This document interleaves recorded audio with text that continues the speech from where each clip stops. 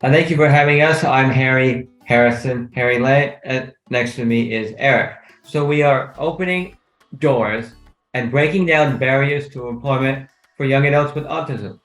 So we are Transformative Autism Program TAP, and you can join the movement. You can take your phone's camera and point it at the QR code, and that'll direct you to a link to our website, tapautism.org. You can fill out the form there, and we will get back to you. But we are based out of Meristem, which is a transitional school in Sacramento County. It's a transitional school for young adults with autism and neurodiversity. Fluent with Meristem, we have created our program via a grant in the state legislature. It's called the Breaking Barriers Program. I'm sure many of you have heard about it. Back in 2017 and 2018. This grant dealt with many different situations, including people in prisons, domestic abuse, and mental health, as well as autism. And when this grant passed in the state legislature, the state of California asked Meristem if we would focus on autism. How do you get somebody with autism employed, and how do you get a company to work with them? And so at Meristem, with 12 Meristem students, we created this program. Initially, it was a 105-page manual and video module on our website, the modules, best practices for hiring and retaining individuals with autism. I just want to jump on what Carol said right at the end of her presentation. I feel like this program that we've had the privilege of developing, the Transformative Autism Program, is a bridge builder. We hear more and more from our partners throughout the state of California, and that's probably a lot of people on this call right now fit the partnership kind of definition. But we hear more and more that employers want to do this. Employers want to be more inclusive and bring more and more folks in that are neurodiverse, IDD, but they don't know what to do. They don't feel adequately prepared to do it. And this is what the Transformative Autism training is all about. I know it has autism in the title, but I can save you the question and answer on that. We're finding that anybody who needs additional support in the workforce, an employer that goes through our training gets a much better idea how to do that. We have 5 particular areas that we focus on. We know that employers, like we said, we're hearing it more and more, want to feel prepared as a company. And this is from the smallest mom and pop folks all the way up to biggest companies. We have worked with the whole gamut so far, and we're just working with more and more. And we're seeing that this idea of being prepared goes across all vocational types, sizes of companies. The next thing that we target is the hiring process.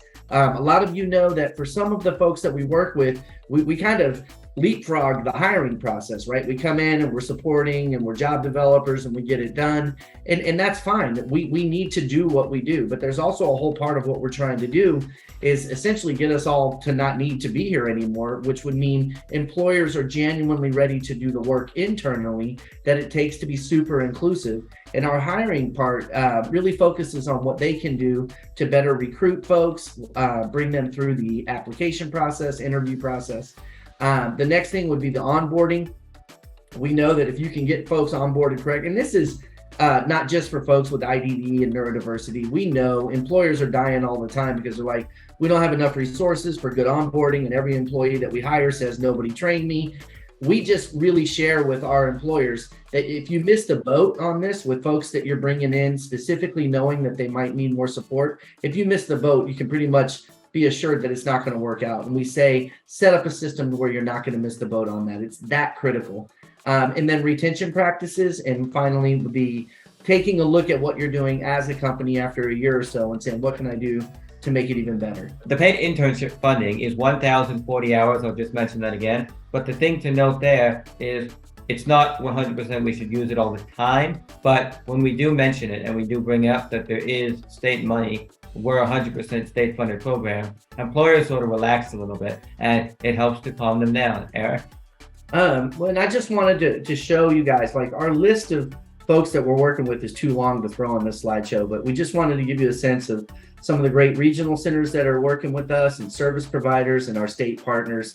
And it's just growing. This is the most exciting thing ever for us. And each relationship that we build. And again, I don't even know if we've made it clear, like we're just kind of like a supplement. The service providers are doing the real work. And so we believe that we've got the ability to knock on the door of an employer and to get them to say, hey, I really feel comfortable doing this, hopefully all the way to the extent that Carol was sharing earlier. And then we can say, okay, well, we've got some folks for you to work with. And then we just kind of hand it off. How are you? I'm good. How are you doing? I'm great. It's really nice to see you. I You know too. Harry's happy to see you as well. Hi, Harry. Hello, Simon. Thanks for joining us. No problem. So Simon, this effort that we're doing, we're trying to share with a lot of folks around California about the work that providers do to help people like Simon get jobs, how important it is for employers to be open to bringing people on that are neurodiverse. Why don't you tell us, when we first met, what was your situation? You were in a particular job and you didn't really like doing it. What was going on? Yeah, the job, I was like, I think it was like a little bit like, not as enjoyable as I would say it. And so what kind of job did you want though? What was going to make you happier? Being in like a food industry, like a restaurant, or like doing something that I love, like cooking. But I remember you telling me that you really wanted to interact with people. Yeah, I still do. Yes, that was correct. I remember you telling me specifically, like, I want to be able to greet customers and smile and interact. Well, yeah, that's what I wanted. And so we started meeting every week. Who were the meetings with? My parents and you guys. And we even tried to get, and there were some times where we got your service coordinator involved. Yeah. Right. And we also had your counselor from the Department of Rehab involved. POR, correct. Yeah. And so we had quite the network of people working together. And every Monday, and we were job searching together, talking about things. And then your dad did something really important. What is it that your dad did to help open up the door? He spoke to one of his, I think, restaurant friends and just have him open up to a bunch of companies that may want me. Right. And who did we hear from that we ended up really being delighted that we heard from? Eric Wright from Humbowl. Yeah. And tell us a little bit about Eric Wright, now that you know him. What kind of person is he? He's a fun and I think energetic guy.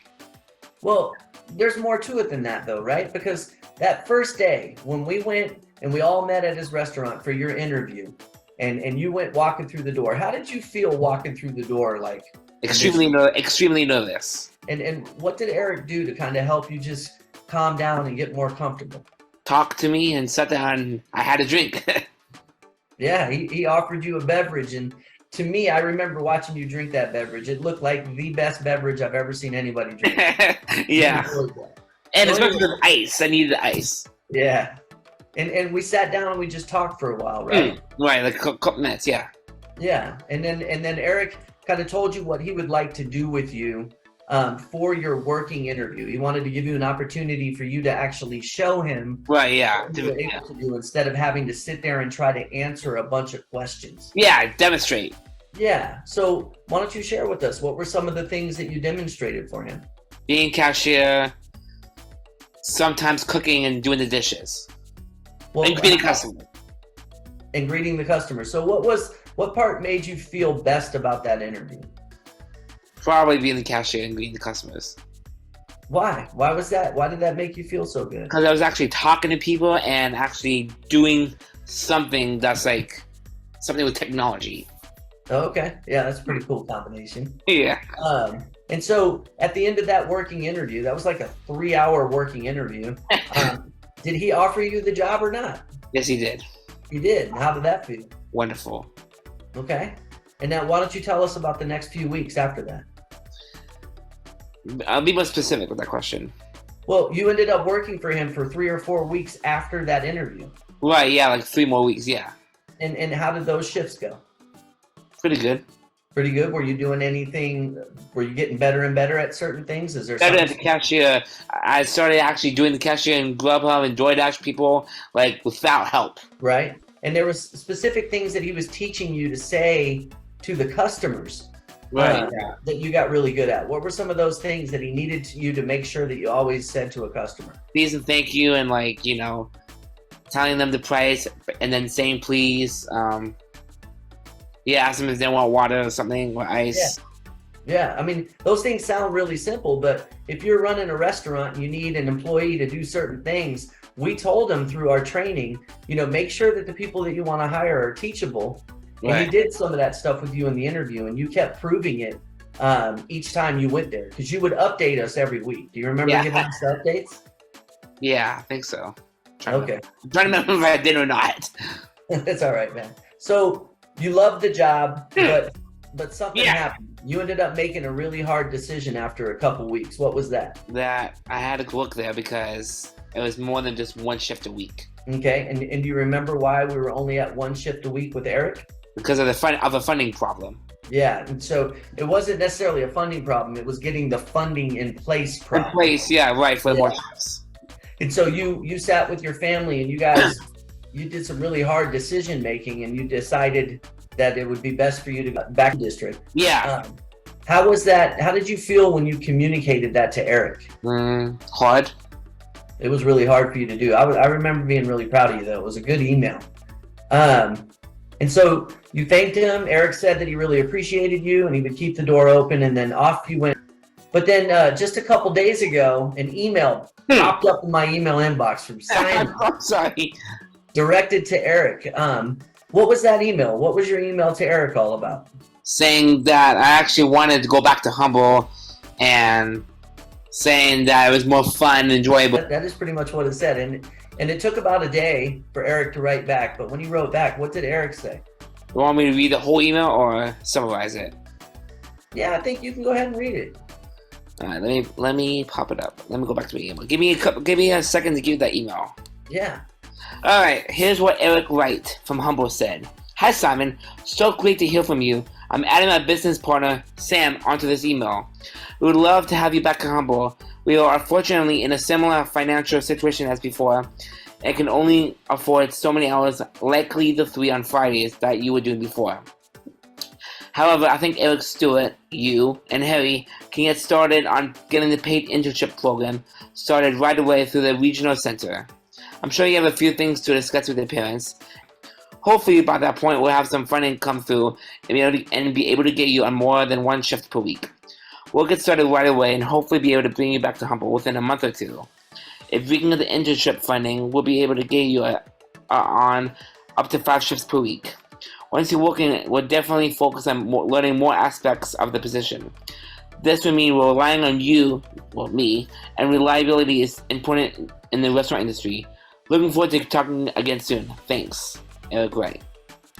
That's what he said in the email after I sent it. How in the world did it feel when you read that? Happy? Like I was saying, thank God he emailed back. Yeah. All right. So yeah, it's been great. Thank you so much for sharing this story. Thank you, Simon. It's been great talking to you. Thank you. Have a great day.